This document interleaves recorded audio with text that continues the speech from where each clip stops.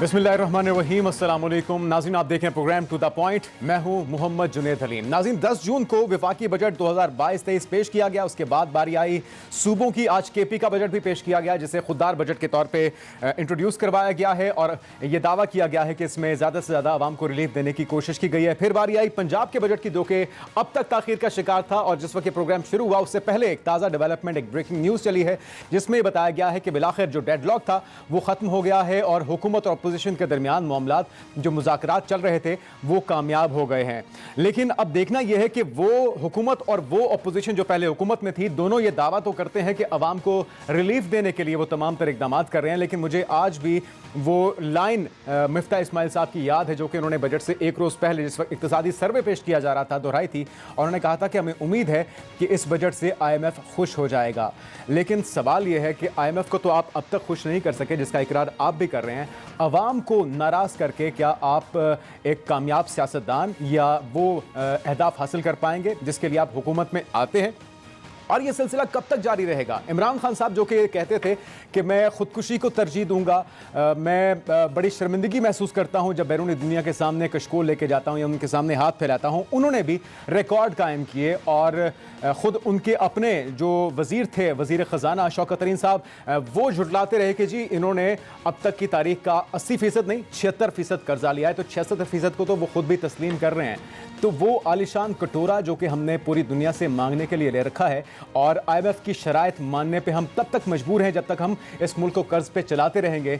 तब तक हम किस तरह से इस मुल्क की खुददारी की बात कर सकते हैं, और वो महंगाई का तूफान जिसका इस वक्त पाकिस्तान की आवाम को सामना है, उससे उनको किस तरह से हम छुटा पाएंगे, किस तरह से उनकी जान छुड़वा पाएंगे, ये इस वक्त सबसे बड़ा सवाल है। इसी पर बात करेंगे जिन मेहमानों को हमने दावत दी है। आलिया हमजा साहिबा, तहरीक इंसाफ की रहनुमा, हमारे साथ मौजूद होंगी। आमिर ज़िया साहब सीनियर तजियाकार हैं, हमारे साथ मौजूद होंगे आज के प्रोग्राम में। और लाहौर स्टूडियो से हमें ज्वाइन किया हमें सुन्नी नून के रहनुमा अली गौहर बलोच साहब ने। आप सब मेहमानों को वेलकम कहते हैं। और आगाज़ आपसे करूँगा अली गौहर साहब के, हम ये तो हमारा एक रूटीन बन चुकी है और अवाम भी आदी हो चुके हैं कि जो भी हुकूमत आती है मलबा पिछली हुकूमत पे, उनकी पॉलिसीज़ पे और उनके कर्ज़ों पे डाला जाता है। लेकिन मुश्किल फ़ैसलों की आपने बात की, मुश्किल फ़ैसले भी कर लिए, महंगाई का तूफ़ान भी आ चुका। ये जो असल मुद्दा है कि हम इस वक्त एडवांस में कुछ भी नहीं कर सकते, ऐसा कोई काम नहीं कर सकते जिससे इस मुल्क की खुदारी मुमकिन हो सके, इस अवाम का रिलीफ मुमकिन हो सके, जब तक हम कर्ज़ों में जकड़े हुए हैं। तो क्या ऐसी कोई पॉलिसी है, कोई ऐसा प्लान है जिससे IMF से जान छूटे और पाकिस्तान की आवाम को हकीकी? बिस्मिल्लाहिर्रहमानिर्रहीम। देखें, आपने बड़ा अच्छा आज का मौजू भी रखा है और सवाल भी उसी से आपका रिलेटेड है। देखिए, बात यह है कि दो तरह के मसाइल हैं पाकिस्तान के। एक वो मसाइल हैं कि जो पिछली हुकूमत की नालायकी की वजह से, पिछली हुकूमत की करप्शन की वजह, एक वो मसाइल हैं जो पाकिस्तान को विरासत में मिले। मतलब कि जब से जितनी भी हुकूमतें आईं उनके अदवार में कोई सुस्तियाँ हुई, कोई कोताहियाँ हुई, कोई मसाइल आए, तो वो मसाइल हैं। इन दोनों को हम एक दूसरे में मर्ज नहीं कर सकते। ठीक है, अगर हमारा मैं तो बड़ा वाशगाफ अल्फाज में कह रहा हूँ और आपके स्टूडियो में और आपके चैनल की वसातत से ये बात कह रहा हूँ कि आपने अगर हमारा कंपैरिजन करना है तो 2013 से लेकर 2018 की हुकूमत के साथ बजट के लिहाज से देख लें, बजट के खजारे के लिहाज से देख लें, गर्दशी कर्ज़ों के लिहाज से देख लें, करंट अकाउंट खजारे के लिहाज से देख लें, वो और प्लस हमने जो डिलीवर किया, हमने इंफ्रास्ट्रक्चर कितना बेहतर किया, हमने इन्फ्लेशन रेट कितना कम किया, हमने अद्वियात के रेट किधर रखे। हमारे अली साहब, अगर थोड़ा सा हम इस मामले को आगे ले आए, हम इसको उधर आ रहा हूँ, इस हुकूमत के निकालने से और आपके आने से अगर हम इसको जोड़ दें, क्योंकि जो इक्तिसादी सर्वे पेश किया गया उसमें अहदाफ थे 4.8 के तरक्की की शरह के ग्रोथ रेट के, और हासिल किए गए 6%। इसका मतलब है कि तरक्की तो हो रही थी, चीजें बेहतरी की तरफ जा रही थी। फिर आखिर आप लोगों को क्यों जरूरत पेश आई कि आपने ये मुश्किल फैसले भी किए? अवाम का गम गुस्सा, उसका भी सामना करना पड़ेगा, और IMF को भी अभी तक आप खुश नहीं कर पाए, ये आपके वजीर खजाना के बकौल। देखें, बात यह है कि एक तो जो ये खुददारी की बात करते हैं ये बिल्कुल ढोंग रचाते हैं। जिन लोगों ने खुददारी की बात की है, इन्होंने तो अपना वक्त जो है वो बैनुल अक़वामी ताकतों के आगे लेट के गुजारा, बैठ के नहीं गुजारा। आप देख लें, कश्मीर का सौदा इनके टाइम में हुआ, IMF के तारीख के सबसे बड़े कर्जे इन्होंने लिए IMF से। फिर आप देख लें कि जब भी कभी पाकिस्तान की सलामती की बात हुई है वहाँ पर आपको वो याद होगा कि जो वो इंडोनेशिया में कॉन्फ्रेंस होनी थी जिससे खान साहब ने क्विट किया था, ठीक है। तो ये कहाँ की खुददारी की बात करते हैं? ये तो कहते थे कि हम IMF के पास नहीं जाएंगे और मतलब है कि हम खुदकुशी कर लेंगे। ये खुदकुशी करने वालों ने IMF से आपको पता है कितना कर्जा लिया? 100 अरब कर्जा था पिछले 72 सालों से लेकर जब इनकी हुकूमत जब इन्होंने संभाली थी वो 176 अरब पर पहुंचा। कहते हैं जितना कर्जा हमने लिया, ज्यादा कर्जा लिया, लेकिन आधे से ज्यादा हमने कर्जा देने में उतार दिया। नहीं, वो भी झूठ बोलते हैं। गुजारिश ये है कि 176 अरब कर्जा लिया, 176 अरब कर्जा लेके 27,000 अरब के पोशीदा अखराजात किए। उसका जवाब दें कि वो उसका जवाब आपने लेना, आप हुकूमत में हैं। वो 27,000 अरब जवाब शिकवा देखिए मेरी गुजारिश, वो 27,000 अरब किधर गया? वो 27,000 अरब जो था वो अद्वियात की करप्शन की मद में गया। वो आटा और चीनी की नजर हुआ जो उसके स्कैंडल बने। वो 27,000 अरब से अगर असासे बढ़े तो इमरान अहमद नियाज़ी के असासे बढ़े, इनकी काबीना के लोगों के असासे बढ़े और पाकिस्तान तबाही का शिकार हो गया। पाकिस्तान का जो इंफ्रास्ट्रक्चर था जो नवाज शरीफ के दौर में बना था, जिस पर तख्तियां लगाई, उनकी मुरम्मत का काम भी ये नहीं कर सके। मकसद सिर्फ एक है, मैं अपनी बात समेट रहा हूं, खत्म करें एक लफ्ज में। पाकिस्तान की आज की तबाही, आपने एक बड़ा अच्छा सवाल किया कि हम आगे अपने मुश्किल फैसले क्यों किए। हमारे नज़दीक हमारी सियासत से ज़्यादा हमें ये मुल्क अजीज है। हमने मुश्किल फैसले लिए, हमें पता है हमने साल के बाद अवाम के पास जाना है। अवाम को ये पता है, अवाम ये फैसला करेंगे अपने वोट के जरिए कि आया हमने साल में क्या कर दिखाई है और इन्होंने 4 साल में पाकिस्तान के खजानों को किस तरह से लूटा और उनको किस तरह से हड़प किया। मौजूदा सूरत हाल पे आऊं, महंगाई के मसाइल पे आऊं, मुझे खान साहब का वो नारा, वो दावा और वो जिसको बार बार दोहराते हैं कि मैं खुदकुशी कर लूंगा, मैं किसी के पास भीख मांगने नहीं जाऊंगा, मुझे शर्मिंदगी होती है। पहले तो ये बताइए कि 3.5-4 साल में वो कौन कौन से आपने काम किए जिससे हम ये तस्लीम कर लें कि वाकई में आपने IMF से जान छुड़ाने के लिए, इस मुल्क को कर्जों से निकालने के लिए संजीदगी से कोई एफर्ट की हो, ताकि आप लोगों का जो पॉइंट है कि सारी जिम्मेदारी इस हुकूमत की है वो सच माना जा सके। हाँ, बिस्मिल्लाहिर्रहमानिर्रहीम। Thank you Junaid. सबसे पहले तो मैं 2-3 चीज़ें फैक्ट्स के साथ जवाब दे दूँ। इन्होंने अभी बात की कर्जों की। कर्जों का इनके अंडर आता है इकोनॉमिक डिवीजन। ये इकोनॉमिक डिवीजन की रिपोर्ट्स मैं बता रही हूँ, इन्हें कहीं जाकर चेक कर लें और कॉन्ट्रडिक्ट कर लें। वैसे तो 3.5 साल ये मेरी हर फिगर को कॉन्ट्रडिक्ट करते रहे और आखिर में इकोनॉमी सर्वे ने प्रूव कर दिया कि मैं जो कहती थी वो बिल्कुल ठीक कहती थी, क्योंकि मैं फिगर्स पर बात करती थी। अब भी मैं फिगर्स पर बात करूंगी। PTI ने लोन लिया है जी $37.8 बिलियन का, और उसमें से अदायगी की है सूद की और एक्चुअल प्रिंसिपल अमाउंट की $29.8 billion. That is on record. यानी अगर आप नेट निकालें तो हमने $8 बिलियन का कम से कम कर्ज लिया है। अब आ जाए इनके 5 सालों के अंदर इन्होंने जो इन्होंने कर्ज लिया है ना वो $49.8 बिलियन का है। वापस किया है $27 बिलियन का, यानी जो नेट इनके खाते में आता है ना वो तकरीबन कोई $22.7 बिलियन का आता है। तो अवाम खुद फैसला कर ले कि किसने कितना कर्ज लिया। और अगर मैं पर ईयर करूं तो PTI का $2 अरब का बनता है पर ईयर का कर्ज, और इनका तकरीबन कोई $5 अरब का बनता है अगर एक नेट एवरेज निकाली जाए इसी बेसिस के ऊपर। तो ये इसलिए ये फिगर्स है, फिगर्स पे चैलेंज करें तो मैं मान जाऊं। अब आप ये जो कहते थे, खान साहब ये कहते थे अभी तो 1 महीना भी नहीं हुआ, 2 महीने पहले ये तो हमें वहां जो है शोर मचा कर ये हमें कहते थे हमने IMF के आगे पाकिस्तान की खुददारी को बेच दिया है, और अब मिन्नते तरले कर रहे हैं। जो IMF कह रहे हैं वो भी मानने को तैयार है। और खान साहब के वो दावे सिर्फ सियासी नारे थे कि मैं कर्ज नहीं लूंगा। जुनेद साहब एक सेकेंड हौसला कर ले ना, जरा हौसला कर ले। मुझे अपना केस प्रॉपर्ली प्ली करने दे अवाम के सामने, क्योंकि मैंने अवाम के सामने बात रखनी है। इमरान खान क्या करके गया और आज क्या हो रहा है ये आपके सामने है। आज की रिपोर्ट है डॉन की कि जो ये बिजली का सारा कुछ, और मैं नहीं मान रही, मिफ्ता इस्माइल साहब मान रहे हैं कि जो बिजली का ये सारा का सारा बहरान है ये इनके कॉस्टली सौदों की वजह से, गलत सौदों की वजह से। और जो शौकत तरीन साहब ने खुद मुंह से एडमिट किया था कि IMF से जो हमने शराइत तय की है हर महीने 4 रुपए बढ़ाना पड़ेगा, ये जनवरी की बात है,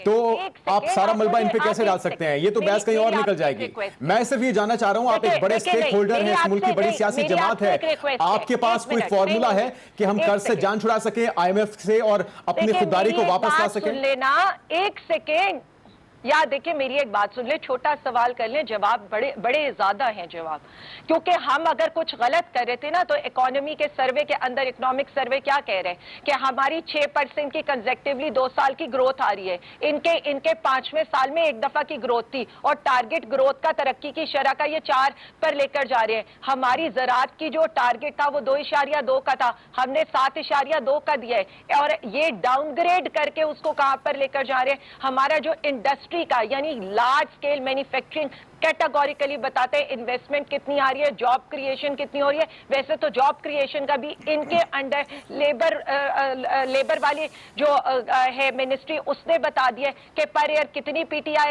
जॉब्स दे रही थी, और PML और पीपल्स पार्टी ने कितनी दी है। साफ आदाद झूठ नहीं बोल सकते।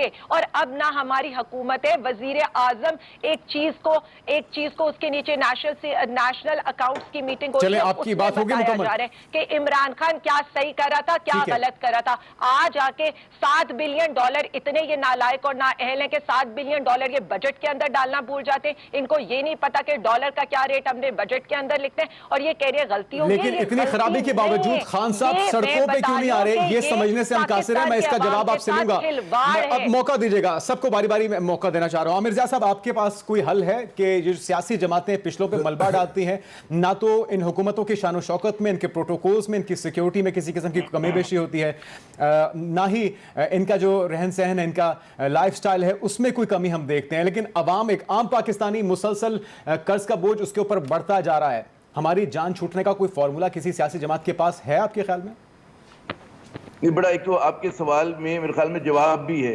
यकीनन जो हमारा हुक्मरान तबका है, उनकी ज़िंदगियों पर बरह रास्त इतना असर नहीं पड़ता है जो एक आम आदमी की ज़िंदगी में पड़ता है, मुझ पर पड़ता है। एक आम आदमी जो कहते हैं ना कि लो इनकम ग्रुप के लोग हैं, मुतवस्सित तबके के लोग हैं, उन पर पड़ता है, पहली बात। दूसरा बात मैं ये अर्ज करना चाहता हूँ कि ये बड़ा बात हो रही है कि जी IMF के प्रोग्राम से कैसे छुटकारा हासिल किया जाए। एक तो बात है कि इस वक्त पाकिस्तान की मजबूरी है IMF, क्योंकि हमारा जो जितना बैलेंस ऑफ पेमेंट का क्राइसिस हमारे सरों पे मंडला रहा है, तो पाकिस्तान की किसी भी हुकूमत के पास जो है कोई और राह नहीं है। इमरान खान साहब की ख्वाहिश थी कि वो ना जाए IMF के पास जब नए नए इक़्तिदार में आए थे, लेकिन फिर उनको मजबूरी के तहत जाना पड़ा, और वो जो डिले था उसकी वजह से नुकसान हुआ। और ज़ाहिर IMF जब कर्जा देती है तो वो स्ट्रक्चरल कहते हैं ना, ऐसी मुतालबात रखती है, ऐसी शराइत रखती है कि जिससे अवाम को तकलीफ होती है। उनके पास एक ही नुस्खा है कि जी करेंसी को डिवैल्यू करें, आप इंटरेस्ट रेट बढ़ाइए, और आप सब्सिडीज का खात्मा करें। 3 बुनियादी शराइत होती हैं IMF की, चाहे वो बड़े सगीर में उनका IMF का प्रोग्राम हो, मशरिक़ वस्ता में हो, लातीनी अमेरिका में हो, हर मर्ज का उनके पास एक ही जवाब है कि जनाब आप ये 3 काम कर दें। अच्छा, इससे निकलने का एक ही तरीका है कि जनाब आप अपनी मईशत को दुरुस्त करें।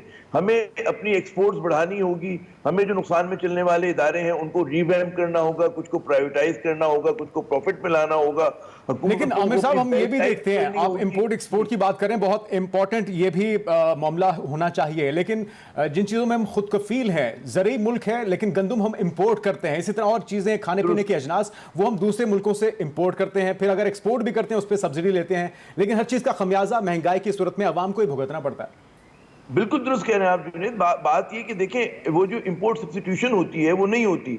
इस मरतबा हमारी वीट की, गंदम की क्रॉप खराब हुई है, उतनी अच्छी नहीं हुई, गो के हमारी बाकी जो उसकी एग्रीकल्चर की क्रॉप से बेहतर है। दालें हम मंगा रहे होते हैं, हम मतलब है, हत्ता कि जो डेयरी की चीज़ें होती, चीज़ हम इंपोर्ट कर रहे होते हैं, मक्खन हम इंपोर्ट कर रहे होते हैं। तो जब ये सूरत हाल हो तो मामला नहीं चल सकता। फिर आप अलमिया देखें कि वाकई हुकूमत के पास जो असल प्रॉब्लम है, वो चाहे वो PTI की हो, चाहे नून लीग की हो, आप कर्जों की वापसी में हमारी जो टोटल टैक्स कलेक्शन है उसका 56.4% जो है वो आप कर्जों की अदायगी में दे देते हैं।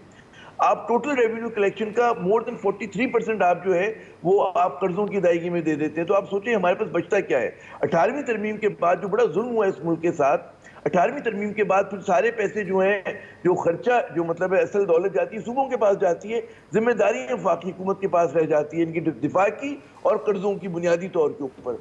तो वाक के पास मुल्क चलाने के लिए पैसे ही नहीं बचते। तो जब तक हम लोग स्ट्रक्चरल रिफॉर्म्स नहीं करेंगे, और आप देखें बहस की जो आलम है हमारी, कोई भी सियासी जमात संजीदगी से इन मसाइल को नहीं उठा रही कि जो आखिरी एनएसटी दिया गया, अब 2010 और 11 से जितने भी बजट आए हैं उसमें से हर बजट के जो टारगेट्स हैं वो कभी अचीव नहीं हुए। क्यों नहीं हुए? उसकी वजह ये कि उसके 18th अमेंडमेंट के बाद वो अचीव हो भी नहीं सकते, क्योंकि सूबे अपने आप को डेफिसिट में करते हैं और जनाब वफाक जो है वो तस्वुर करता है कि सूबे जो है सरप्लस में अपना बजट बना के देंगे तो आपका जो बजटरी डेफिसिट है जो आप 5% फिक्स करते हैं वो 8% हो जाता है, 9% हो जाता है, 7% हो जाता है। तो बजट मेकिंग एक्सरसाइज पूरी की पूरी मीनिंगलेस हो गई है।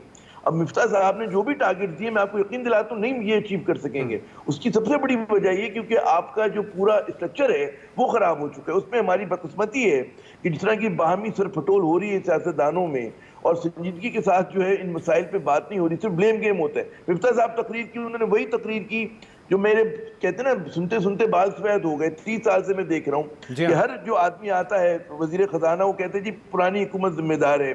सबको पता है इस मुल्क के मसाइल क्या हैं लेकिन मसाइल हल नहीं होते, ठीक है ना। जवान जो है वो बूढ़े हो गए, बूढ़े जो है वो बेचारे कब्र में जा लेटे, लेकिन मसले भी वही हैं, मसाइल भी वही हैं और सबको पता भी है लेकिन हल नहीं होके देते। जिसका मतलब और उससे भी हैरानकुन बात यह है कि मुश्किल फैसले करने का कहा जा रहा है। अगर 60 रुपए 10 दिन में पेट्रोलियम मसनूआत में इजाफा किया गया, बिजली की प्राइसेस में मुसलसल इजाफा हो रहा है, आग की फी यूनिट इजाफा हुआ, तो इससे बढ़कर और क्या मुश्किल फैसले हैं। अवाम को खमियाजा भुगतना पड़ेगा। इस पर नाज़रीन मजीद बात करते हैं, ब्रेक लेते हैं, ब्रेक के बाद दोबारा हाजिर होते हैं। नाज़रीन ब्रेक की बात खुश आमदीद। अच्छा अली गौर साहब, सबसे ज़्यादा जो बात होती है, नून लीग भी उसमें शामिल है, गरीब आदमी की, मजदूर की बात होती है, उनके हुकूक की बात होती है, लेकिन हैरानकुन तौर पे वफाकी बजट में मजदूर की बुनियादी तनख्वाह का जिक्र ही नहीं है।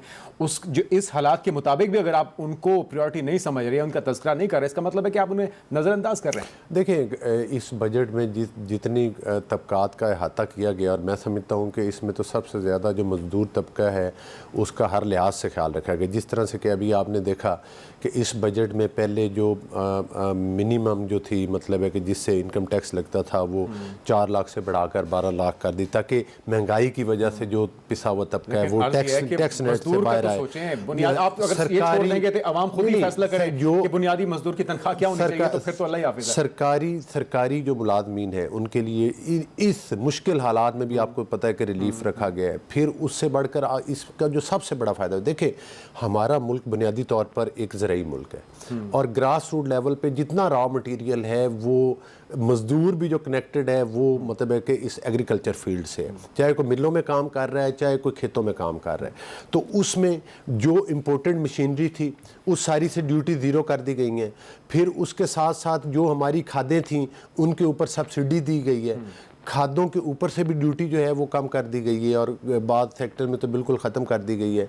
फिर आपको पता है सियाहत और सकाफत से जो रिलेटेड लोग हैं वहाँ पर भी काफ़ी चीज़ों के ऊपर जो है इंपोर्ट ड्यूटी जो है वो ख़त्म कर दी गई है। कहने का मकसद ये है कि जब आप चीज़ें स्पेसिफाई कर देते हैं तो उसके अंदर कन्फ्यूजन ख़त्म हो जाती है। जब आप चीज़ों को नज़रअंदाज करते हैं तो फिर अवाम की सवाबदीद है या जो और लेकिन मैं ख़ास तौर पर इसमें काबिल ज़िक्र आपने उनको डाउटफुल बना दिया, उनकी बुनियादी तनख्वाह कितनी होनी चाहिए, उसमें कितना इजाफा होना चाहिए महंगाई के मुताबिक, ये बड़ा जरूरी है। देखें ना ये खास तौर पर सरकारी मुलाजमीन का, और आप देखेंगे कि पंजाब का बजट आएगा तो पंजाब के बजट में सरकारी मुलाजमीन की तनख्वाह फेडरल से भी ज्यादा इंशाअल्लाह ताला बढ़ाई जाएगी, वफाक से भी। ये हम तो कार्य प्राइवेट सेक्टर नहीं, प्राइवेट सेक्टर की तो ऑलरेडी नहीं, प्राइवेट सेक्टर ऑलरेडी फिक्स है वहां पर, मतलब ऑलरेडी हमने पिछली हुकूमत में हाँ ये मैं आपकी बात से बिल्कुल इत्तेफाक करता हूँ, ये उस पर एक लेजिस्लेशन है लेकिन उस लेजिस्लेशन में मजीद बेहतर करने की भी गुंजाइश है। लेकिन मैं आपको एक गुजारिश करूंगा, देखिए बात तो ये जल्दबाजी में लग रहा है कि आपको भी अंदाजा है कि 2-3 महीने में लगता है आपने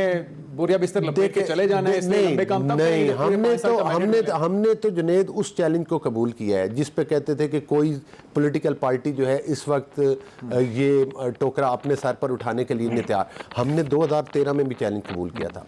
20-20 घंटे की लोड शेडिंग होती थी, बिजली जो बड़ा इम्तिहान वो नहीं आती थी।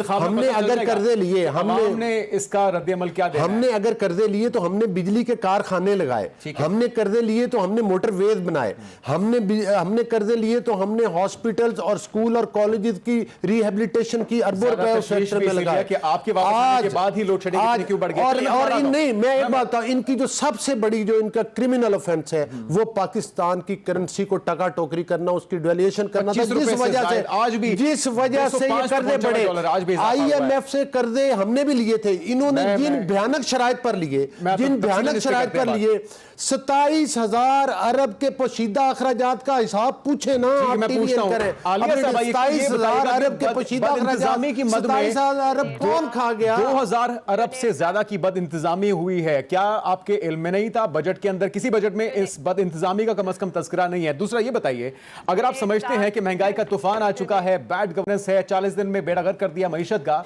तो सड़कों पे क्यों नहीं आ रहे? वो खान साहब जो बड़ी तेजी दिखा रहे थे, जल्दी दिखा रहे थे, लॉन्ग मार्च की कॉल से पीछे वो बात नहीं कर रहे थे, अब वो सुकून से बैठ गए। अब आपने अपनी पूरे क्वेश्चंस पूछ लिए ना, अब जरा आराम से मेरी बात जरा सुन लीजिएगा जी। अब मुझे ये समझ में नहीं आ रही मेरे भाई कौन से बजट की बात करें, इन्होंने बजट पढ़ा है? पहला सवाल आपसे इनसे ये होना चाहिए था, $7 बिलियन कहां गया है जो IMF का कर्जा और चाइनीज कर्जा है। फिर आपका दूसरा सवाल इनसे होना चाहिए था कि डॉलर का रेट क्यों नहीं है। फिर तीसरा सवाल आपको इनसे ये होना चाहिए था कि क्या एक किसान जो है, एक हारी, एक आम छोटा किसान इंपोर्टेड मशीनरी खरीदता है, और अगर चले खरीद भी लेता है तो once in a lifetime खरीदता है। खाद तो वो हर दफा यूज करता है, खाद के ऊपर टैक्स क्यों 2% से 10% कर दिया? तीसरा और चौथा सवाल जो सबसे इंपॉर्टेंट है वो आपका ये होना चाहिए था कि जो गैस खाद बनाने के लिए, फर्टिलाइजर के लिए यूज होती है, इस वक्त सवाल मैंने करना, आलिया साहबा, जवाब आपने देने हैं। आपने 4 साल हुकूमत भी की है। मैं आपके अभी सवाल हम इस पे बाद में बात करते हैं कि मुझे क्या सवाल करने हैं, पहले मेरे सवाल का जवाब दीजिए। देखिए जुनैद साहब, मैं बड़े आराम से मैं लॉजिकल बात करती हूँ, इतने पॉइंट्स मैं इकट्ठे करके रखती हूँ। थोड़ी सी लॉजिकल बात मेरी भी है कि जो बद इंतजामी हुई थी किस मद में हुई थी, इसका कौन जिम्मेदार था, और अभी खान साहब सड़कों पे क्यों नहीं आ रहे? ये 2 सवाल है मेरे। बात है, उतना तो बजट नहीं है जितनी ये बद इंतजामी दिखा रहे हैं। ये बिल्कुल इसी तरह बात है जैसे इन्हें पता नहीं है कि बजट के अंदर ये $7 बिलियन कहाँ गायब कर गए, और उससे ये कह रही है कि हमारा ब्लंडर है। पहले ये चेक कर ले कि वहां की एलोकेशन कितनी थी जितनी बद इंतजामी दिखा रहे। एलोकेशन जो है कम है और बद इंतजामी ज्यादा हो गई है। ये असल में ये वही वाली बात है कि ये जो आज आकर मान रहे हैं ना, और आप ये कह रहे हैं बार बार, आप हमारी हुकूमत को ये कहते हैं हमने ये कर दिया, हम बहुत बुरे थे ना, इसलिए मैं आपको बता देती हूँ 6% वाली हुकूमत को घर बेच के 5% वाली हुकूमत को आप ले आए। आज आपने जो हमारा ज़राअत की, ये जो मेरे भाई बात कर रहे हैं, ज़राअत की इन्होंने क्यों जो उसका टारगेट है वो इन्होंने कम कर दिया है। हमने तो उसका टारगेट अचीव कर लिया था 4.4 का, आज इन्होंने उसका टारगेट 3.5 पॉलिसी में ट्विस्ट आया, ये जो 2 का टारगेट अचीव कर लिया इन्होंने। खान साहब की पॉलिसी में तब्दीली हम देख रहे हैं। आलिया साहब, इसके पीछे क्या हिकमत है? बद इंतजामी किसको बद इंतजामी कहते हैं आप? बद इंतजामी किसको कहते हैं कि एक 0 लोड शेडिंग के बाद आज 16 घंटे की लोड शेडिंग हो जाए, 174 के ऊपर हम डॉलर देकर जाए, और आज 205 से 207 का भी ना मिल रहा। अच्छा, ये तो आपके लिए आइडियल सिचुएशन होनी चाहिए थी उसूली तौर पे। ये बेहतरीन मौका था कि वो लोग जो लोड शेडिंग से, महंगाई से तंग हैं, खान साहब की छतरी के नीचे आए, सिर्फ PTI के लोग ही आज आप इनसे ये आलिया साहब सवाल भी सुन लिया करें। आटा सस्ता करने, एक सेकंड जुनैद साहब, आटा सस्ता करने ये आए थे, ये 1700 रुपए का आटा क्यों मिल रहा है? चीनी सस्ती करने आए थे, 55 की करने आए थे, आज 120 की भी नहीं मिल रही है। यहाँ पर आज की तारीख के अंदर 4 रुपए, देखिए आप मेरे सामने बैठे हुए हैं, उनका ये है कि वो वीडियो लिंक पे है, किसी के सवाल बनाया है बिजली का 45%। आलिया साहब अर्ज सुन लीजिए, अर्ज सुन लीजिए। सवाल होने चाहिए, अपने शीशे के सामने बैठ के बोलती रहते हैं, मुल्क को अंधेरों में ये लेकर जा रहे हैं। आलिया साहब, अर्ज ये है कि ये आपके लिए आइडियल सिचुएशन है कि आम लोग जिनका PTI से कोई वाबस्तगी नहीं है उनको भी आप सड़कों पे ला सकते हैं, लेकिन खान साहब लॉन्ग मार्च की कॉल ही नहीं दे रहे, उनकी तो पॉलिसी चेंज हो गई। ये शिफ्ट कैसे आया? ये क्या हिकमत है? देखिए मेरी एक बात सुन ले, ये PTI का फैसला है। PTI ने लॉन्ग मार्च करने हैं, जलसे करने हैं, कब करने हैं, ये चेयरमैन का इस्तेहकाक है। अच्छा, आप उनसे सवाल नहीं करते? आम आवाम, पहले भी हमने आम आवाम को, या उनकी तरफ से इजाजत नहीं है सवाल करने की? मसला पाकिस्तान का लॉन्ग मार्च से बहुत आगे का मसला इस वक्त पाकिस्तानियों का मसला, पाकिस्तानियों का ये है कि खान साहब उसके लिए क्या कर रहे हैं? सनतें टेक्सटाइल्स की बंद हो गई हैं, 10% एक्सपोर्ट आपकी ड्रॉप हो गई है, रिमिटेंसेस आपके ड्रॉप हो रहे हैं, आपका फॉरेन रिजर्व सिर्फ पिछले एक हफ्ते के अंदर $500 मिलियन कम हो गए, महंगाई की शरह 24% हो गई, और यहाँ पर आप लोग आकर ये तो आप मर्ज बता रही हैं, इसका हल क्या है? कोई तजावीज है तो वो बताइए, इनपुट दीजिए। करेंगे, लॉन्ग मार्च भी करेंगे, बट सवाल ये होना चाहिए कि हमें क्यों निकाला था। आज आपको सऊदिया पैसे देने को तैयार नहीं है। IMF आप उसके आगे बिछ जा रही है, लेकिन IMF आपको कर्जे देने को तैयार नहीं है। चाइना के लिए आपको चीफ ऑफ आर्मी स्टाफ को भेजना पड़े। चलें आलिया साहब, मुझे आगे बढ़ना है, जरा मौका दीजिएगा। ना कतर आपकी मदद करने को तैयार है, ना UAE आपकी मदद करने को तैयार है। चाइना आपके भिखारी वजीर आजम से मिलने को तैयार नहीं है। ये इस वक्त इस मुल्क की सूरत हाल है। हम तो सिर्फ इतना कहते थे कि अब ये बेग करिए कि चाइना चाहे कर्जा दे ना दे, इमरान खान को दिए हुए कर्जे पे हमें एक्सटेंशन दे दे कि हमें $2 अरब वापस ना करना पड़े। ठीक है आलिया साहब, मुझे आगे बढ़ना है। आमिर रज़ा साहब, आप बताइए कि ये जो खामोशी है तहरीक इंसाफ की तरफ से, चेयरमैन तहरीक इंसाफ इमरान खान साहब ने भी शुरू में वो दूसरी बात सुनने को तैयार नहीं थे, लेकिन अभी एक तवील खामोशी और हिकमत अमली में तब्दीली देख रहे हैं। इसके पीछे आपको क्या मंतक नजर आती है, और आपके ख्याल में ये बेहतरीन वक्त नहीं था कि इस वक्त जिसने मुश्किल में अवाम है, गैर वाबस्ता PTI से लोगों को भी सड़कों पर लाया जा सकता था और उसका शायद प्रेशर बढ़ता इस हुकूमत पे? जुनैद, मैं अगर इजाजत दे, सिर्फ मैं 2 जुमले पहले जो मईशत की बात हो रही है ना कि मईशत कैसे बहाल होगी, जो आप सबसे सवाल कर रहे हैं। बिल्कुल बिल्कुल। देखिए, मईशत की बहाल करने के लिए पहली शर्त होती है सियासी इस्तेकाम। अगर जिस मुल्क में सियासी इस्तेकाम नहीं हो, जिस तरह कि हमारे यहाँ सरपटोल हो रहा है और जितना कशमकश है, उसमें कभी भी मईशत बेहतरीन पॉलिसी लेकर आ जाए आप दुरुस्त नहीं कर सकते। आपको सुकून चाहिए होता है, उसके बाद लोगों को एतमाद चाहिए होता है, तब इन्वेस्टमेंट आती है और लोग जो है अपना कारोबार करते हैं। तो मुझे नजर नहीं आ रहा कि इन हालात में जो सब पोलराइजेशन है हमारी यहाँ जो है मईशत मजबूत हो सकती है। अब आइए कि इमरान खान साहब की हिकमत अमली जो है, बात है कि सियासी अमल, हम लोग टीवी देख देख कर हम समझते हैं कि सियासी अमल जो है वो 2020 मैच है और सुबह शुरू होकर कुछ घंटे के बाद खत्म हो जाएगा। तो अमूमन जो सियासी जिद्दोजहद होती है, जुनैद साहब आप मुझसे बेहतर जानते हैं कि वो बाज़ औक़ात बड़ी तवील हो जाती है और उसमें मतलूबा नताइज नहीं मिलते। मेरे ख्याल में इमरान खान साहब का अवलीन असेसमेंट ये था कि एकदम जिस तरह से उन्होंने लोगों को मोबिलाइज किया था और जलसों में उनके एक न्यूट्रल पाकिस्तानी जो थे, जो बिल्कुल सियासत से जिनका लेना देना नहीं था, वो भी शामिल हो रहे थे और हो रहे हैं, MP हो रहे हैं उसी तरह। तो वो समझ रहे थे कि मैं अगर एक लंबा बड़ा पुश करूंगा तो ये हुकूमत जो है डामाडोल हो जाएगी। तो इसका मतलब है कि खान साहब ने कहीं ना कहीं तस्लीम कर लिया है कि अभी फौरी इलेक्शन मुमकिन नहीं है और अगले इंतखाबात अगले साल ही होंगे। एक्सेप्टेंस लग रही है। मैं ये नहीं कह रहा, मैं ये कह रहा हूँ कि अब उनको गालिबन अंदाजा ये हुआ कि हुकूमत बाज़ औक़ात, एक तो होता है ना कि इस मुल्क के हालात कितने इस वक्त दिगरगू हैं, बहुत बुरी हालत है हमारी इस वक्त रियासत की। दूसरा, उनको मेरे ख्याल में अंदाजा ये हो रहा है कि अब इनको बजट पेश करने दें, मजीद गलतियां करने दें, ज़ाहिर है क्योंकि अभी कुछ बेहतरी की सूरत नजर नहीं आएगी। तो इमरान खान जरा सा जब होता है ना कि आप 2 स्टेप पीछे हटकर दोबारा अपने आप को रीग्रुप करते हैं और नई हिकमत अमली करते हैं, फिर बहुत सारी चीजें सियासत में पसे पर्दा भी हो रही होती हैं। सियासत में हमेशा जो मेरा तजर्बा है कि जो चीज़ हम रिपोर्ट कर रहे होते हैं, जो हम TV पे बताते हैं, अखबार में बता रहे होते हैं, उससे कहीं ज्यादा नीचे होते हैं। We report only tip of the iceberg. हमें नहीं पता कि अंदरूने खाना क्या क्या चीजें हो रही, किसके किससे राब्ते हो रहे हैं, किसको कौन क्या यकीन दहानी करा रहा है। तो ये सब चीजें हमें नजर में रखनी चाहिए। और अभी अगर इस मुल्क में गैर यकीनी सूरत हाल खत्म करनी है तो उसका एक ही इलाज है कि ये जिस तरह से हुकूमत लाई गई है, जितना जल्द इलेक्शन का अनाउंसमेंट हो, जितना जल्द यहाँ पर एक केयर टेकर गवर्नमेंट आए, उसके बाद आपके यहाँ मुल्क में शफाफ इंतखाबात हों, साफ और शफाफ। यही है फौरी इंतखाबात आपके ख्याल में भी इस वक्त मौजूदा हाल। लेकिन आपने जो बात की है माशी इस्तेकाम के साथ साथ सियासी इस्तेकाम की, ये दोनों चीजें आपस में जुड़ी हुई हैं और इन्हीं के साथ ही मुल्क आगे बढ़ सकता है। इस पर मजीद बात करते हैं एक ब्रेक के बाद। नाज़रीन, ब्रेक पे जाने से पहले हम बात कर रहे थे मुल्क की सियासी इस्तेहकाम की, मुल्क की माशी इस्तेहकाम की। इसके लिए कोशिशें जारी हैं और उसके अंदर हम देख रहे हैं कि तारीख में शायद पहली बार इतनी बड़ी जो हुकूमती इत्तेहाद है वो बन के सामने आया है।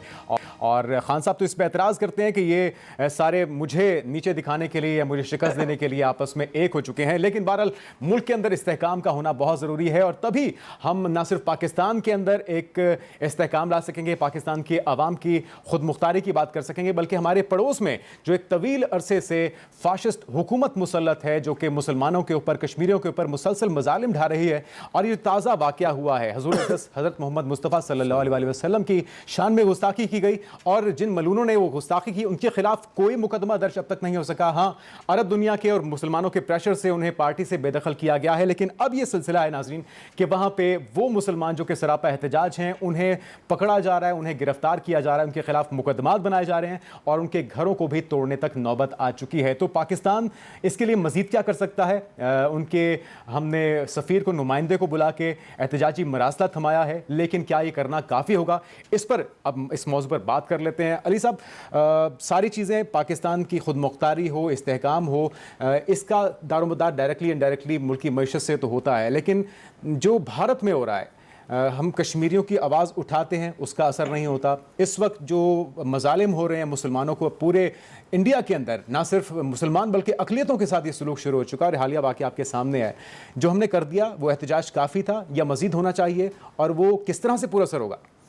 देखिए, मैं समझता हूँ कि एहतजाज तो जितना किया जाए और जितना, और मुसलमान वाकई जो हमारी वालहाना मोहब्बत है सरवरे कायनात हजूर हज़रत मोहम्मद मुस्तफ़ा सल्लल्लाहु अलैहि वसल्लम से, वो मतलब है कि ख़ातमुल मुरसलीन, और ज़ाहिर है मतलब है कि उनके जो जिसका ज़िक्र अल्लाह ताला ने बुलंद किया है, उसका जिक्र मतलब है कि ये जो चंद शैतान हैं जो दुनिया में बैठे हुए शैतान, लेकिन वो दंदना रहे हैं, उन्हें पता है हमारी बड़ी मंदी है और आपको पता है कि मईशत मजबूत है, वही मोदी है, नहीं दिखा सकता। ये वही मोदी है और मुतसफ़न है जिस जो कश्मीर के मुसलमानों के ऊपर मुजालिम ढा रहा है, और वो पूरे RSS के ज़रिए पूरे इंडिया में जिस तरह से मुसलमानों को विक्टिमाइज़ किया जा रहा है और जिस तरह से उनका खून बहाया जा रहा है, वो पूरी दुनिया से ढका छुपा हुआ तो नहीं है, लेकिन दुनिया के अपने मसाइल हैं, वो उसको आलमी मंडी समझते हैं। लेकिन सबसे बढ़ के अफसोसनाक साथ ये भी, जब हम उनकी मजम्मत करते हैं, वो तो काबिल मजम्मत शैतान हैं ही, जो हज़ूर सल्लल्लाहु अलैहि वसल्लम की शान में गुस्ताखी करने की जसारत करते हैं। लेकिन आपको पता है कि जब सूरज की तरफ मुंह करके कोई थूकेगा तो थूक उसके मुंह के ऊपर आकर पड़ेगी। तो लिहाजा इनके ऊपर तो दुनिया आखिरत जो है वो अल्लाह ताला की लानत है ऐसे लोगों के ऊपर जो ये जसारत करते हैं और बदज़बानी और बदकलामी करते हैं। लेकिन साथ ही साथ ये है कि मुझे तो वो भी टाइम याद है जब इमरान नियाज़ी साहब कह रहे थे कि मैं तो दुआ कर रहा हूँ कि मोदी जीत जाए। मतलब है कि ये किस पर है में, हालांकि उसी मोदी के साथ फिर इन्होंने कश्मीर का सौदा कर दिया, अमेरिका के दौरे पर गए ट्रंप के साथ बैठकर, पाकिस्तान की 72 साल तारीख में नहीं, तर्जुमान को बुला के एहतजाजी मरासला थमा दिया, हमारी जिम्मेदारी पूरी हो गई, ऑफिशियल काम तो हो गया, लेकिन क्या ये काफ़ी है? देखिए, हम उसके लिए सबसे बढ़ के जो हमारी वो फिर इखलाकी इक़दार है। देखें ना, बात ये है कि हमें तमाम मुसलमानों को, पूरी दुनिया के मुसलमानों को जो है वो इस पर कोई मुश्तरका लाया अमल इख्तियार करना चाहिए। अगर हम इन चीज़ों को रोकना चाहते हैं, रखते हैं, उसके लिए एफर्ट करते हैं, उसके लिए हमें पड़ोस में हो रहा है एज अ मिनहासुल कौम, मिनहासुल उम्मत, हमें ये चाहिए कि हम इकट्ठे हों, फरकाबाजी से हम दूर जाएं, हम और तमाम ममालिक इस पर एक आवाज़ उठाएं और हम उन चीज़ों का बाइकाट करें, उन ममालिक का बाइकाट करें, उन लोगों का बाइकाट करें, उन प्रोडक्ट्स का बाइकाट करें। खान साहब को ये क्रेडिट जाता है, बासियत एक उम्मत हजूर सल्लल्लाहु अलैहि वसल्लम के होने की। तो इंशाल्लाह आपके सामने इस्लामोफोबिया का मामला यूनाइटेड नेशन में उठाया, उसे तस्लीम भी किया गया है, लेकिन इस वक्त जो हो रहा है उसके ऊपर भी बात करना, उसे रजिस्टर करवाना कितना जरूरी है? तहरीक इंसाफ के इसके लिए क्या कर रही है? सबसे पहले तो मैं आपको एक बात जिस पे मैं करके आगे चलना चाह रही हूँ, जो बहुत इंपॉर्टेंट इस वक्त है, और इसके बाद मैं बड़ी डिटेल से इस पर बात करना चाहती हूँ कि क्या होम्योपैथिक रिप्लाई गया है हमारी गवर्नमेंट की तरफ से, हमारी गवर्नमेंट की तरफ से क्या होम्योपैथिक रिप्लाई गया है। आपने देखा है जिस मोदी को इनको कंडेम करना चाहिए था वहां इन्होंने ट्रेड मिनिस्टर लगा दिया। अभी अब्दुल बासित साहब का जो हमारे एक्स सफीर रह चुके हैं, उनका आपने बयान पढ़ा है कि बिलावल जरदारी ने ब्लिंकन को ये कहा है कि जी आप सिक्योरिटी काउंसिल का मेंबर बना दे इंडिया के साथ, हम इंडिया के साथ अपने टाइज ठीक करने को तैयार हैं। ये मेरे भाई यहाँ पर कह रहे हैं, अगर नामूसे रिसालत सल्लल्लाहु अलैहि वसल्लम का मुकदमा किसी ने लड़ा है यूएन में तो खान साहब ने लड़ा है, ना सिर्फ यूएन में, इस्लामोफोबिया भाई खान साहब ने तो मदीना शरीफ में खुदा का गुंडे भेजे जिन्होंने बेहरमती रोजा रसूल की थी। देखिए अभी पता ये किस मुंह से बात कर रही हैं नामूसे रिसालत पर? उन गुंडों का याद है जिन्होंने उधर मतलब जाकर बेहुरमती करने की नाकाम कोशिश की। बात सुने, से कहें तौहीने मजहब की बजाय ये जरा देख लें कि उनके फैसिलिटेटर आबिद शेर अली थे और सलमान शहबाज थे। इस मामले पे इल्जाम तराशी ना कीजिए, मैं दोनों से दरखास्त करूंगा, इसलिए मैं चाह रहा हूं कि कोई इस एहतजाज को नहीं लगा रही, रजिस्टर करवाने के लिए क्या किया जाए। मैं कुछ इल्जाम नहीं लगा रही, तभी तो तौहीने मजहब के ऊपर बात नहीं हो रही, क्योंकि ये तौहीने मजहब का गेम खेलते, तौहीने अकलियत का गेम खेलते। और अब जब इनकी बारी आई है, जिस तरह का इन्होंने प्रोटेस्ट रिकॉर्ड कराया है, दैट इज क्वाइट होम्योपैथिक अगर इमरान खान होता तो ये आप देखते कि क्या होता, बिल्कुल उसी तरह होता जिस तरह से OIC के इजलास 2 हुए और जिस तरह से खान साहब ने एक इस्लामी ब्लॉक बनाने की कोशिश की थी, उसी की तो हमें सजा मिल लेकिन रही है। अफसोस तब हुआ कि वो मलेशिया का दौरा मंसूख करके पाकिस्तान बैठे रहे। बात सिर्फ ये भी हमें याद है। एक लास्ट बात जो मैं करना चाहती हूँ, उस्मान बुज़दार की सारा वक्त जिन लोगों को फिक्र खाई जाती थी, आज कोई नहीं कह रहा कि गैर आईनी इस लाहौर हाई कोर्ट का नामजद करदा वजीर आला, जहां पर आज बजट पेश होने पाकिस्तान के सबसे बड़े सूबे में कि जाएं जाकर 5 घंटे के बजट का इजलास नहीं हो रहा और वो मिन्नतें कर रहे हैं ऑपोजिशन की कि हमें बजट पेश कर लेने दें। ये इनकी सूरत हाल है, ऐसे लोगों को लाकर पाकिस्तान के ऊपर। लेकिन ये बहुत अहम मौके थे जिसमें आपने तरमीम के अंदर हिस्सा लेना था, आपने आर्गुमेंट सामने रखने थे, असेंबली में आपकी नुमाइंदगी नहीं है, तो ये भी सवाल आप चाहिए आलिया साहबा इस पे और दीगर अहम इश्यूज पे नाज़रीन मजीद बात करते हैं ब्रेक के बाद। नाज़रीन ब्रेक के बाद आपको कहेंगे खुशामदीद। आमिर ज़िया साहब, हमारे पड़ोस में नरेंद्र मोदी मुसलमानों पे ज़मीन तंग कर रहा है, कश्मीरियों पे ज़मीन तंग कर रहा है और हमें अपनी दाल रोटी से फुर्सत नहीं है। जाहिर बात है महंगाई भी एक बड़ा मसला है, लेकिन आलमी दुनिया का ज़मीर किस तरह से झंझोड़ा जाए ताकि ये सिलसिला रोका जा सके। पहले तो जुनैद मैं शुक्रिया अदा करूंगा आपका कि आप इस अहम मौजू पे मेन कहते हैं प्राइम टाइम में बात करें। हम लोग इतने मतलब है, हमारी मसला ये कि हम इतने इंट्रोवर्ट हो गए हैं कि हम बाहमी मतलब है जो चपकलिश है उससे बाहर निकल के देखने के लिए तैयार नहीं है, और हम ये नहीं देखते कि अफगानिस्तान में क्या हो रहा है, भारत में क्या हो रहा है और हमारे जो दीगर हमसाया ममालिक में, यानी कि दुनिया को तो देखिए हम अपने उससे नजर से। तो बात ये कि बिल्कुल आपने दुरुस्त फरमाया अपने इब्तिदाई कलमात में जो आपने फरमाया था, बात ये कि वहां पर एक मजबूत इंतहापसंद हिंदू हुकूमत है। हिंदू होने पर हमें इतराज नहीं होता, इंतहापसंदी पे इतराज होता है। तो वो आप जाहिर है कि उसकी पूरी सियासत की जो बुनियाद है वो मुसलमान दुश्मनी और पाकिस्तान दुश्मनी पर है, और उनके जहनों में अभी तक ये कहते हैं ना एक तारीख का जबर उन्हें याद है कि पूरे 1000 साल तक मुसलमानों ने वहां पर हुक्मरानी की है, और गालिबन वो गम जो है वो भुलाए उनको नहीं भूलता, और वो चाहते हैं कि जनाब किसी तरह से तारीख को रीराइट करके वो नई एक तारीख लिखें। और जाहिर है कि उसी का मतलब है उसी सिलसिले की कड़ियां हैं, चाहे वो मकबूजा कश्मीर में आपने देखा कि किस तरह से एक तरफा तौर पर उन्होंने जो एक नॉमिनल वो थी ऑटोनॉमी हासिल थी कश्मीरियों को, वो भी उन्होंने खत्म की और उसको अपनी part of the union territory बनाया। उसी तरह आप देखिए कि मुसलमानों को जिस तरह से विक्टिमाइज किया जा रहा है कि गाय उनके लिए ज्यादा मुकद्दस है, मुसलमानों को जहां मिलता है वो कत्ल करते हैं, तशद्दुद करते हैं, उनके घर जलाते हैं, गिराते हैं, तो उनके जो कारोबार है उनको तबाह करते हैं। इस पे सबसे ज्यादा जिम्मेदारी मैं समझता हूँ पाकिस्तान की आती है, आलम इस्लाम से पहले पाकिस्तान की आती है, क्योंकि अगर हम कहते हैं कि जी कश्मीर हमारी शहरग है, तो बदकिस्मती से अब तक जो पाकिस्तान का रद्द अमल रहा है जुनैद वो बड़ा कमजोर रहा है। और सिर्फ ये बात नहीं कि मौजूदा हुकूमत आज नून लीग की है, माजी में PTI की, उससे पहले भी नून लीग की थी और पीपल्स पार्टी की थी। अब्दुल बासित का जिक्र हुआ भी प्रोग्राम में। अब्दुल बासित साहब ने एक बड़ी मारतुलारा किताब लिखी है हॉस्टिलिटी, उसमें उन्होंने बताया कि जो हमारी हुक्मरान अशराफिया है किस तरह से उन्होंने जहनी तौर पर शिकस्त खाई भी है भारत के मुकाबले में, और वो जो भी करते हैं वो लिप सर्विस तो देते हैं, उनके दिल में वो एक तड़प नहीं होती, जुनून नहीं होता जो अपने कहते हैं ना कि अपने मकसद को हासिल करने के लिए होना चाहिए। उन्होंने जाहिर है कि नून लीग की उस दौर हुकूमत पर रोशनी डाली थी कि किस तरह से अपीजमेंट की गई मोदी सरकार की और किस तरह से कश्मीर केस को कमजोर किया गया। बड़ी अच्छी डॉक्यूमेंटेड किताब है वो। तो मैं ही समझता हूँ कि चाहे वो पीपल्स पार्टी हो, चाहे वो नून लीग हो, हत्ता कि PTI ने भी कुछ मतलब इन्होंने लिप सर्विस तो दी, लेकिन जिस मजबूत जो कुछ जुल्म हुआ था मकबूजा कश्मीर में 5 अगस्त 2019 को, उसका हमारा रद्द-ए-अमल उतना स्ट्रॉन्ग नहीं था। हमने अपने अवाम को खुश करने के लिए तो यकीनन मतलब है मुजाहिरे भी की और एक खामोशी भी इख्तियार की, लेकिन भारत पर दबाव नहीं डाल सके। लेकिन और आमिर साहब यही बात है, ये सारी चीजें हम तब इस पे फोकस कर सकेंगे, इस पे आवाज उठा सकेंगे जब हमारे अपना हाउस इन ऑर्डर होगा, हमारी मईशत मजबूत होगी। लेकिन अभी फौरी तौर पर इन हालात में क्या किया जा सकता है जो कि नहीं हो रहा?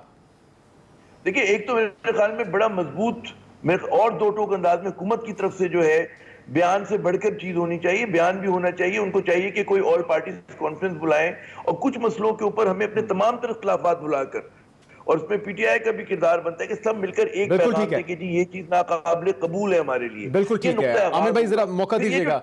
अली साहब, अभी आप लोग हुकूमत में हैं और ऐसी खुशकिस्मती से हुकूमत है जिसमें 13 के करीब जमातें मौजूद हैं, किस तरह से कायल किया जाए?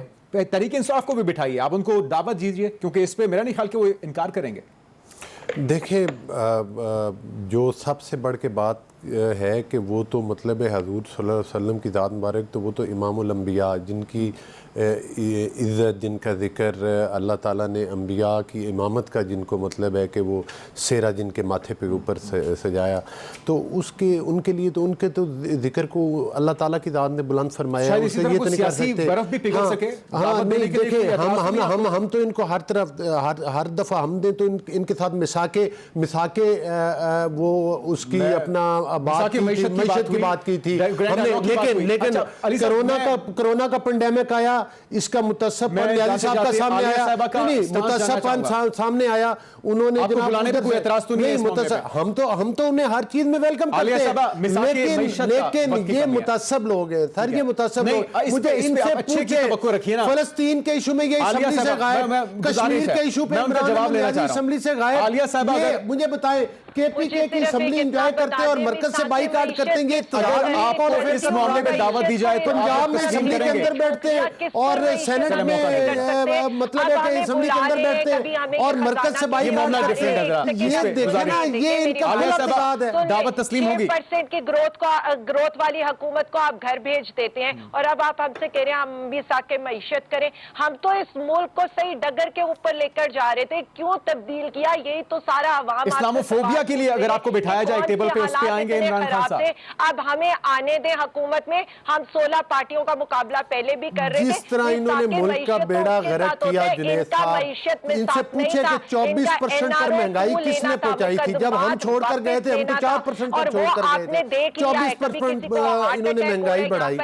आज ये कहीं पाकिस्तान के रुपए को डिवेल्यूएशन कर दिया इन लोगों ने। जो ये करने आए थे, नैब को टुथलेस करने आए थे, वो इन्होंने कर दिया। अपनी मर्जी का नैब चेयरमैन और डस्का का वोट चोरी भी अभी तक अवाम से नहीं भूला। आलिया साहब, गुजारिश ये थी कि मिसाके मईशत और ग्रैंड डायलॉग का जवाब तो ना में आया। इस्लामोफोबिया पे खान साहब बैठेंगे एक मेज पे। अपने मकसद के लिए आए थे और अपना मकसद इनका अचीव हो गया है। बहुत शुक्रिया नाज़रीन, आपको सुनी है प्रोग्राम देखने का बहुत शुक्रिया। आज के प्रोग्राम से इतना ही, इजाजत दीजिए, अल्लाह हाफ़िज़।